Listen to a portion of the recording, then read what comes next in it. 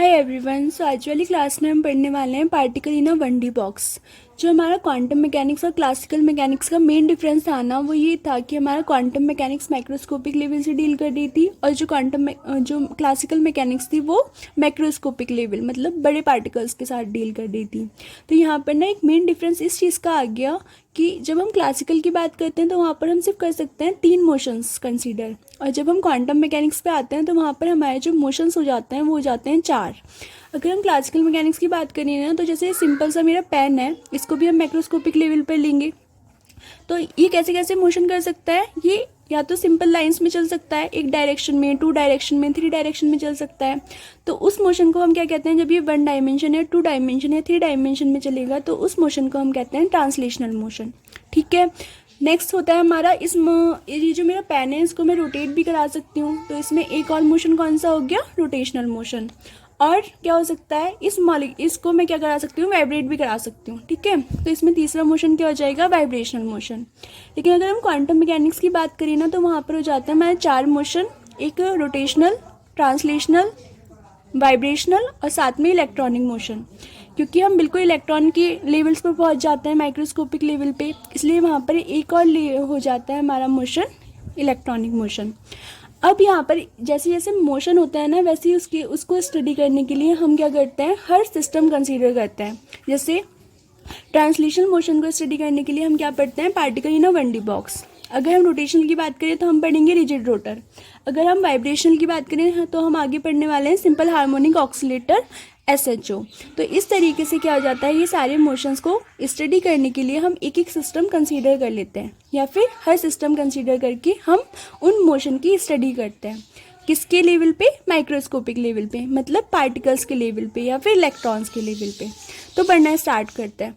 यहाँ पर मैंने नोट्स में लिख रखा है आपके लिए, let us consider a free particle of mass m is moving in a box which is bounded in between 0 to L। मतलब हमने क्या कंसीडर करा है कि हमारे पास कोई फ्री पार्टिकल है जिसका मास m है, और वो कहाँ पर प्रेजेंट है, वो हमारे एक बॉक्स में प्रेजेंट है। बॉक्स कैसा है, 1 डायमेंशनल। ठीक है, 1 डायमेंशनल बॉक्स है और उसकी लेंथ कितनी है, 0 से L लेंथ है। इतना हमने कंसीडर कर लिया। अब यहाँ पर 3 इंपॉर्टेंट बातें हैं, एक फ्री पार्टिकल, एक कि मतलब यहाँ पर हमने लिख रखा है v इक्वल्स टू 0, और ये वाला रीजन है, बॉक्स हमारा सिर्फ 0 से L लेंथ का है, रीजन इसके बाहर वाला, मतलब बॉक्स के बाहर की बात कर रहे हैं हम, रीजन CB और reason AB।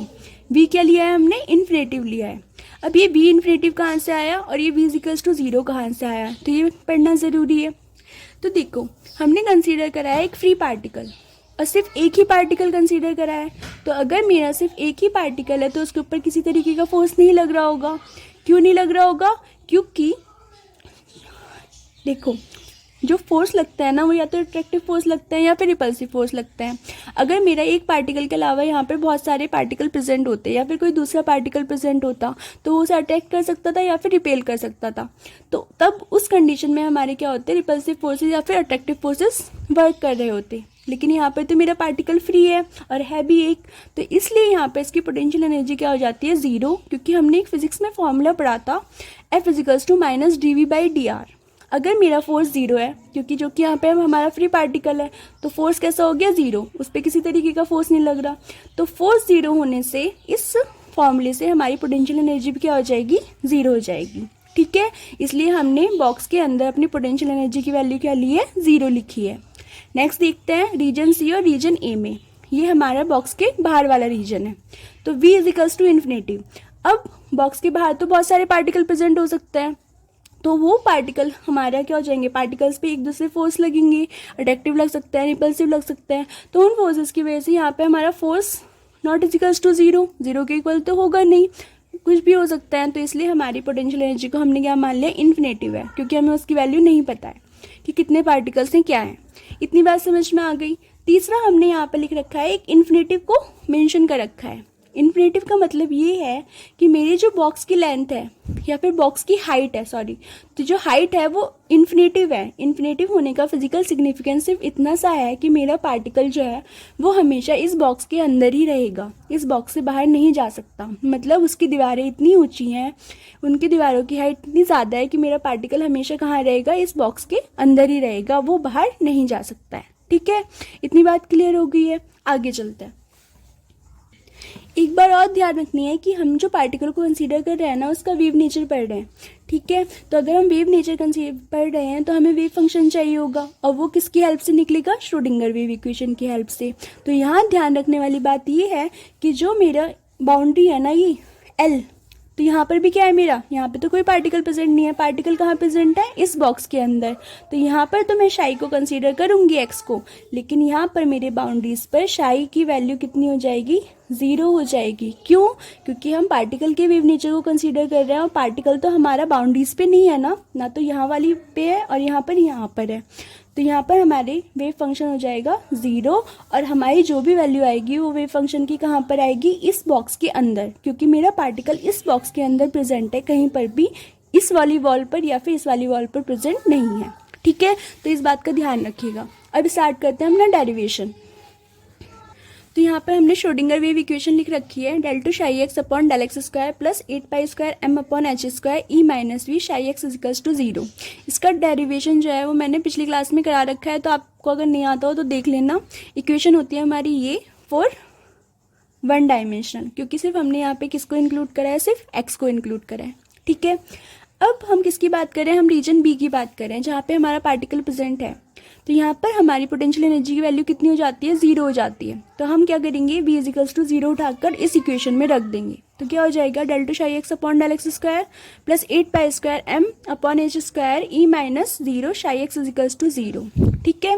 Del two psi x upon del x square plus 8 pi square M E upon H square psi x equals to 0। ये आ गई हमारी इक्वेशन 1। किसके लिए? रीजन बी के लिए। अब हमें ये देखना है कि हमारा रीजन ए और रीजन सी में हमारा पार्टिकल एग्जिस्ट नहीं करता है। तो चलो देखते हैं कि इसे प्रूव करते हैं कि कैसे एग्जिस्ट नहीं कर रहा है। हमें कैसे पता चलेगा कि वो एग्जिस्ट कर रहा है या फिर नहीं कर रहा? तो for region A and region C के लिए हम क्या लिखते हैं? श्रोडिंगर वेव इक्वेशन लिखते हैं। तो del two psi x upon del x square plus 8 pi square M upon H square, यही हो जाएगा। यहाँ पर हमारी वी की वैल्यू कितनी है? यहाँ पर हमारी वी की वैल्यू दे रखी है इन्फिनेटिव। तो यहाँ पर हम इसकी वैल्यू उठा के कहाँ पुट कर देंगे? अपनी इक्वेशन में पुट कर देंगे। तो हमने क्या करा? E minus infinitive psi x equals to 0। अब अगर मैं इन्फिनेटिव को किसी में से भी माइनस करूँ तो हमेशा इन्फिनेटिव ही रहेगा। तो यहाँ पर वैल्यू क्या आ गई? Minus infinitive psi of X equals to 0। अब दूसरी प्रॉपर्टी क्या है? इन्फिनेटिव को आप किसी से भी मल्टीप्लाई कर लो, वो तो हमेशा इन्फिनेटिव ही रहेगा, इसलिए हमारी क्या हो गई? Minus infinitive psi of X equals to 0। अब हमने क्या करा? इन्फिनेटिव शाई ऑफ एक्स को इधर भेज दिया, और दोनों को क्या करा? माइनस वाली वैल्यू थी, इधर जाके कैसी हो जाएगी? प्लस हो जाएगी। तो बस वही लिख दिया है, infinitive psi x equals two del two psi x upon del x square. Next देखते हैं। तो नेक्स्ट क्या हो जाएगा हमारा? शाई एक्स, अब यहाँ पे हमारा इन्फिनेटिव था ना, ऐसे करके था। तो यहाँ पे मैंने क्या करा? इन्फिनेटिव को जब ये इधर की साइड जाएगा तो किस में चला जाएगा? 1/, में चला जाएगा। तो ये हो गया 1/, infinitive del two psi x upon del x square. और अगर हम किसी भी चीज़ को इन्फिनेटिव से डिवाइड करते हैं तो वो क्या आता है? हमेशा 0। इस बात को ध्यान रखना, जब भी हम किसी चीज़ को इन्फिनेटिव से डिवाइड करते हैं उसकी वैल्यू 0 आती है, और अगर हम 0 को किसी चीज़ से डिवाइड करते हैं तो वो आती है इन्फिनेटिव, ठीक है। तो ये ऐसे हो गया हमारा, क्योंकि infinitive psi x equals to क्या था? डेल टू शाई अपॉन डेल एक्स स्क्वायर था। तो जब हमने शाई एक्स की वैल्यू निकाली तो क्या हो जाएगा? ये तो इसकी बटे में चला जाएगा या फिर डिवाइड में चला जाएगा, तो ये आ जाएगा ये। तो हमारी शाई ऑफ एक्स की वैल्यू कितनी आ गई? 0। और शाई ऑफ एक्स के 0 का मतलब क्या है? कि हम किसको ही मतलब किसकी स्टडी कर रहे हैं? हम किसके वेव नेचर की स्टडी कर रहे हैं जब हमारा 0 आ रहा है? तो इसका जो मतलब है ये है कि पार्टिकल एग्जिस्ट ही नहीं करता रीजन ए और सी में, ठीक है। जब भी वेव फंक्शन 0 आता है इसका मतलब ये है कि हमारा वहाँ पर पार्टिकल प्रेजेंट है ही नहीं। इसका सिग्निफिकेंस ये होता है, ठीक है। तो अब हमें अगर शाई की वैल्यू निकालनी है, हमें अपनी वेव फंक्शन निकालना है, क्योंकि हम वेव फंक्शन क्यों निकालते हैं? किसी भी सिस्टम की एनर्जी या उसका जितने भी मोशंस होता है या फिर जितनी भी ऑब्जर्वेबल होते हैं क्वांटिटी होती है, उन सबको हम वेव फंक्शन की हेल्प से ही निकालते हैं। तो हमें वेव फंक्शन कैलकुलेट करना है, तो अब हम किसकी हेल्प से करेंगे? रीजन बी की हेल्प से, क्योंकि हमें एज्यूम करा है कि जो हमारा पार्टिकल है वो रीजन बी में प्रेजेंट है। तो उसके लिए हमने अभी श्रोडिंगर वेव इक्वेशन निकाली थी। तो आप देख सकते हो हमारी श्रोडिंगर वेव इक्वेशन आई थी del two psi x upon del x square plus 8 pi square M E upon H square psi x equals to 0। तो यहाँ पे हमने ये लिख ली है। अब हमें क्या करना है, इसको सिंप्लीफाई करने के लिए हम 8π² me/h² को क्या मान लेंगे, k² मान लेंगे। तो जो हमारी इक्वेशन हो जाएगी वो क्या हो जाएगी, del2 psi x/del x² plus k² psi x equals to 0। इसको मैंने लिखा इक्वेशन 3, इसको डाल दिया 2 क्योंकि ये आगे हमारी एनर्जी निकालने में हेल्प करेगा। ये आ गई मेरी एक डिफरेंशियल इक्वेशन। कैसी इक्वेशन है ये, सेकेंड ऑर्डर, या फिर आप कह सकते हो डबल डिफरेंशियल इक्वेशन आ गई है हमारी ये। अब हमें क्या करना है, अगर हमें शाई की वैल्यू निकालनी है तो हमें इस इक्वेशन को सॉल्व करना पड़ेगा। तो यहाँ पर हमने माना है let psi is equals to a sin kx plus b cos kx is the solution of equation 3, कि ये जो मेरे पास इक्वेशन है इसका जो सॉल्यूशन है वो हमने क्या मान लिया है कि शाई क्या है, a sin kx plus b cos kx के इक्वल है। अब आप कहोगे कि आपने ये सॉल्यूशन कैसे मान लिया, हम तो नहीं मान रहे कि ये इसका सॉल्यूशन है। तो हम इसे प्रूफ करके देखते हैं। देखो आपने बचपन में पढ़ा होगा, जैसे अगर 9th-10th में पढ़ा होगा, मान लो मेरे पास कोई ये इक्वेशन है, ठीक है, अगर मुझे इसको सॉल्व करना है, की वैल्यू निकलेगी यहाँ से, तो ये कैसे सॉल्व होगी, 2x² माइनस, इसे 2x प्लस एक्स भी लिख सकती हूँ, -1 इजिकल्स टू 0 लिख सकते हैं। यहाँ से 2x कॉमन ले सकते हैं, फैक्टर कर रहे हैं इसके, तो यहाँ पे क्या हो जाएगा, x माइनस 1 बचेगा, प्लस 1 कॉमन ले लो यहाँ पे, x माइनस 1 इजिकल्स टू 0, ठीक है। तो यहाँ पे क्या वैल्यू आ जाएगी, x minus 1, 2x plus 1 equals to 0, x equals to 1 और x इजिकल्स टू -1/2। तो इसकी ये दो वैल्यूज़ आ गई हैं। अब अगर हम इसे इस इक्वेशन में पुट करके देखेंगे तो हमारी वैल्यू अगर 0 के इक्वल आ जाती है तो ये इसकी सॉल्यूशन है, और अगर 0 के इक्वल नहीं आती है तो इसका सॉल्यूशन नहीं है। तो पहले पुट करके देखो, 1 ही पुट करके देखते हैं, इस इक्वेशन में रखते हैं, तो क्या हो जाएगा, 2 × 1 का स्क्वायर -1 ठीक है। x के प्लेस पे हमने 1 रख दिया, 2 -1 2 -2 कितना आ गया, 0 आ गया, मतलब x इजिकल्स टू 1 क्या है, इसका सॉल्यूशन है इस इक्वेशन का। तो हमने यही तो माना है ना कि psi equals to a sin kx plus b cos kx इस इक्वेशन 3 का सॉल्यूशन है। तो अगर ये वाली जो हमारी वैल्यू है, अगर हम इसे इक्वेशन 3 में पुट करें और वो 0 के इक्वल आ जाए तो हम कहेंगे कि ये वाला जो हमने सॉल्यूशन माना है ये इस इक्वेशन का सॉल्यूशन है। तो करके देखते हैं एक बार, ठीक है। ये एग्जाम में करके नहीं आना आपको प्रूफ, आपको सिर्फ यहाँ तक लिख के आना है, ठीक है। ये मैं आपको समझाने के लिए बता रही हूँ।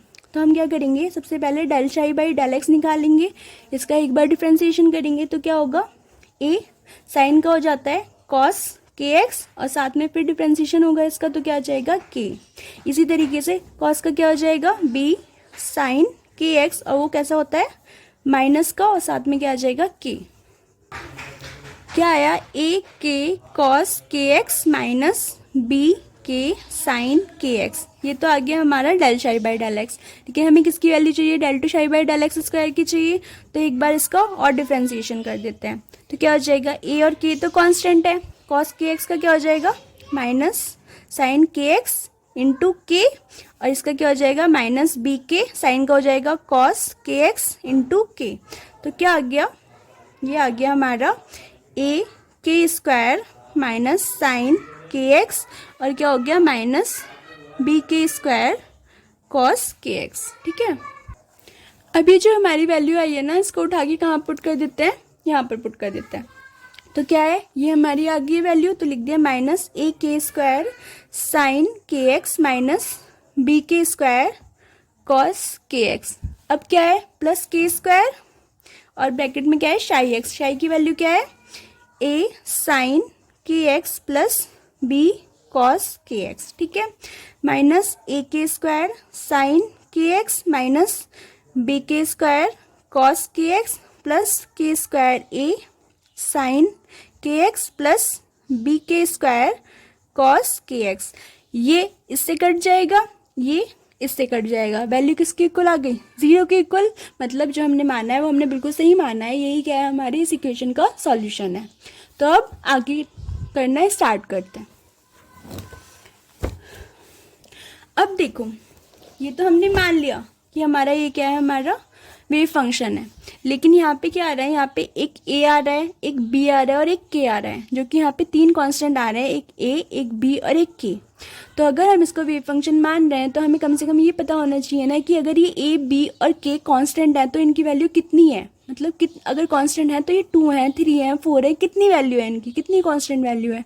तो उसको निकालने के लिए हम क्या करेंगे, हम जो हमारी बाउंड्री कंडीशन है उसको यूज़ करके इनकी वैल्यूज़ निकाल लेंगे। अब उसको यूज़ कैसे करते हैं ये देखते हैं। देखो, हमने ये माना था ना कि ये हमारा बॉक्स है, इसकी लेंथ 0 से L है, जो हमारा पार्टिकल है वो यहाँ पर इसके अंदर प्रेजेंट है, बाहर प्रेजेंट नहीं है, यही माना था। तो अगर मेरा पार्टिकल इसके अंदर प्रेजेंट है, जैसे कि मैंने अभी बताया था, तो मेरा जो साई ऑफ एक्स है ना, वो जो वेव फंक्शन है वो इन बाउंड्रीज पे क्या हो जाएगा, 0 हो जाएगा, क्योंकि मेरा पार्टिकल इस बाउंड्री पे प्रेजेंट नहीं है, इन बाउंड्री के अंदर प्रेजेंट है। ठीक है, तो मेरे पास यहाँ पर 2 बाउंड्री कंडीशन है, एक 0 और एक L। जब मेरे x की वैल्यू 0 है और जब मेरी x की वैल्यू L है, तब मेरा साई ऑफ x क्या है, 0 है, क्योंकि मेरा जो पार्टिकल्स है वो ना तो 0 पे प्रेजेंट है ना ही L पे प्रेजेंट है। कहाँ पर प्रेजेंट है, इनके बीच में प्रेजेंट है। ठीक है, तो इसको यूज़ करके हम क्या निकालेंगे, k की वैल्यू, a की वैल्यू और b की वैल्यू निकालेंगे। कैसे निकालेंगे देखते हैं।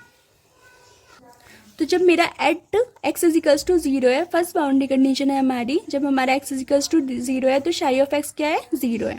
तो ये वैल्यू हम किस में पुट करेंगे, अपनी इक्वेशन में पुट करेंगे। तो साई x 0 हो गया, a sine K X plus b cos K x, लेकिन x के प्लेस पे क्या है, 0 लिया है ना हमने, तो x की जगह पे भी हम क्या कर देंगे, 0 पुट कर देंगे। तो ये हो गया 0 equals to a sine K into 0 plus b cos K into 0। तो ये आ जाएगा मेरा 0 a sine 0 plus b cos 0। अब मैंने मैथमेटिकल फॉर्मूले जब आपको पढ़ाए थे तब बताया था, जो साइन 0 होता है ना वो तो हमेशा ही 0 होता है, और जो कॉस 0 होता है उसकी वैल्यू होती है 1। तो यहाँ पे क्या हो गया, 0 a इंटू 0, साइन 0 की वैल्यू 0 आ गई और कॉस 0 की वैल्यू क्या आ गई, 1 आ गई। तो यहाँ से जो हमारा b की वैल्यू आ गई है वो कितनी आ गई है, 0 आ गई है। ठीक है, तो यहाँ से हमने एक कांस्टेंट की वैल्यू निकाल ली। अब दूसरे कांस्टेंट की वैल्यू निकालने के लिए हम क्या करेंगे, दूसरी बाउंड्री कंडीशन लगाएंगे। जब हमारा x इजिकल्स टू L है और साई ऑफ x कितना है, 0 है। इस बात से कंफ्यूज मत होना, हमारा जो पार्टिकल है वो x इजिकल्स टू L पे भी प्रेजेंट नहीं है ना, इसके बीच में प्रेजेंट है, इसलिए यहाँ पर हम साई x कितना ले रहे हैं, 0 ले रहे हैं। तो नेक्स्ट बाउंड्री कंडीशन लगाते हैं, at x equals to L and psi of x equals to 0। ठीक है, अब यहाँ बात ध्यान रखने वाली बात ये है कि मेरी इक्वेशन ये है, b मेरा पहले से ही 0 आ चुका है। अगर मैं यहाँ पर a भी 0 ले लूँ, ठीक है, ये चीज़ समझना कि b तो हमारा पहले ही 0 हो गया है। अगर मैं यहाँ पर a भी 0 ले लूँ तो साई ऑफ x पूरा क्या हो जाएगा, साई ऑफ x तो 0 हो जाएगा ना। और अगर साई ऑफ x 0 हो गया है, इसका मतलब ये है कि जो मेरा इन बाउंड्रीज के बीच में जो पार्टिकल है वो प्रेजेंट है ही नहीं।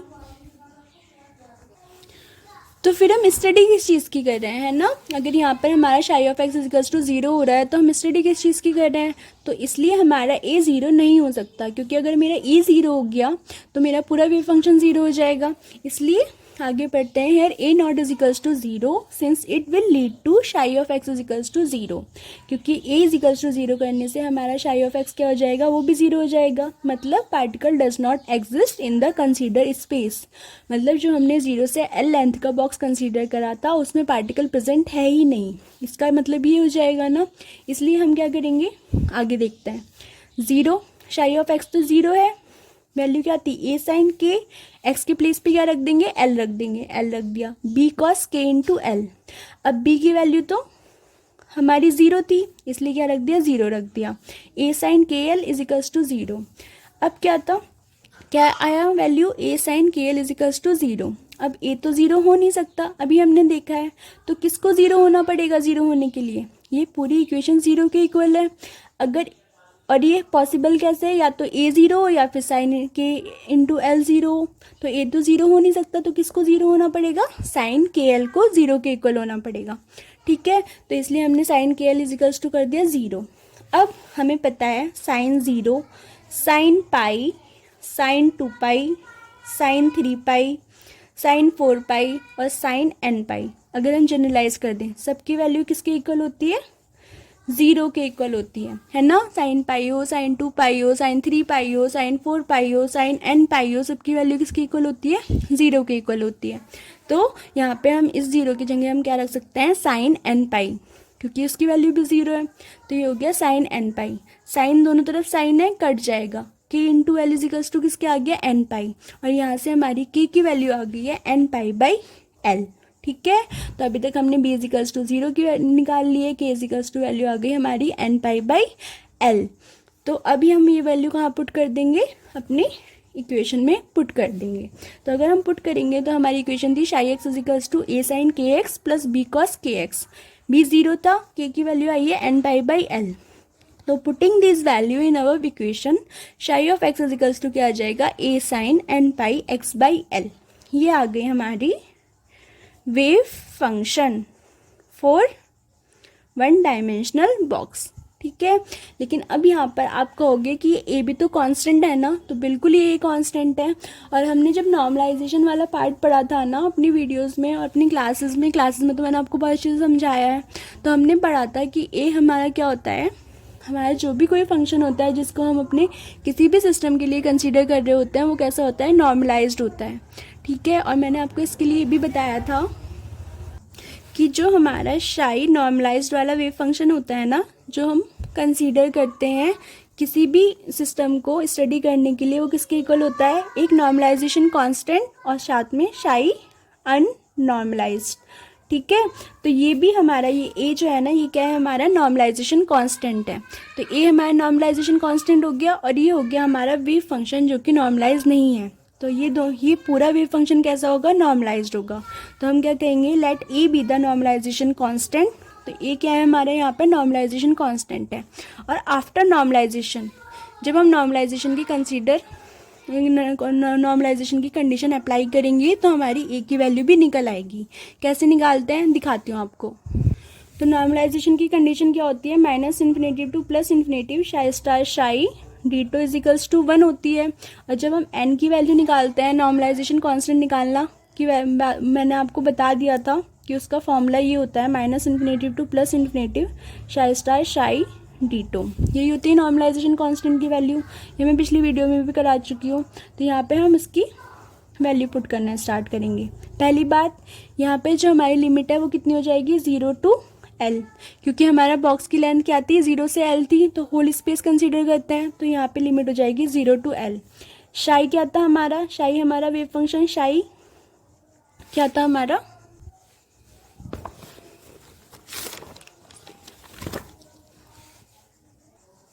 शाई क्या था हमारा, sine n pi x by L. और इसका कॉम्प्लेक्स कॉन्जुगेट भी क्या हो जाएगा, sine n pi x by L, क्योंकि यहाँ पर कोई इमेजिनरी पार्ट प्रेजेंट नहीं है, तो दोनों क्या हो जाएंगे, सेम हो जाएंगे। तो यहाँ इसकी वैल्यू पुट करो, यहाँ कर देती हूँ मैं 1/0 to L sine n pi x by L और साथ में sine n pi x by L क्या हो जाएगा, 1/0 to L sine square n pi x by L. ये हो जाएगा, साथ में क्या है, dx, क्योंकि वॉल्यूम एलिमेंट यहाँ पर वन डायमेंशन बॉक्स के लिए पढ़ रहे हैं, तो क्या हो जाएगा, dx हो जाएगा। अब हम क्या कर लेते हैं, पहले इंटीग्रेशन सॉल्व कर लेते हैं। तो sign square n pi x by L dx, इसका इंटीग्रेशन क्या होगा, 1 माइनस, मैंने आपको बताया था जब भी हमारे पास साइन स्क्वायर एक्स होता है तो उसका डायरेक्ट इंटीग्रेशन नहीं होता, तो उसे हमें कन्वर्ट करना पड़ता है कॉस के वैल्यू फॉर्मूले में।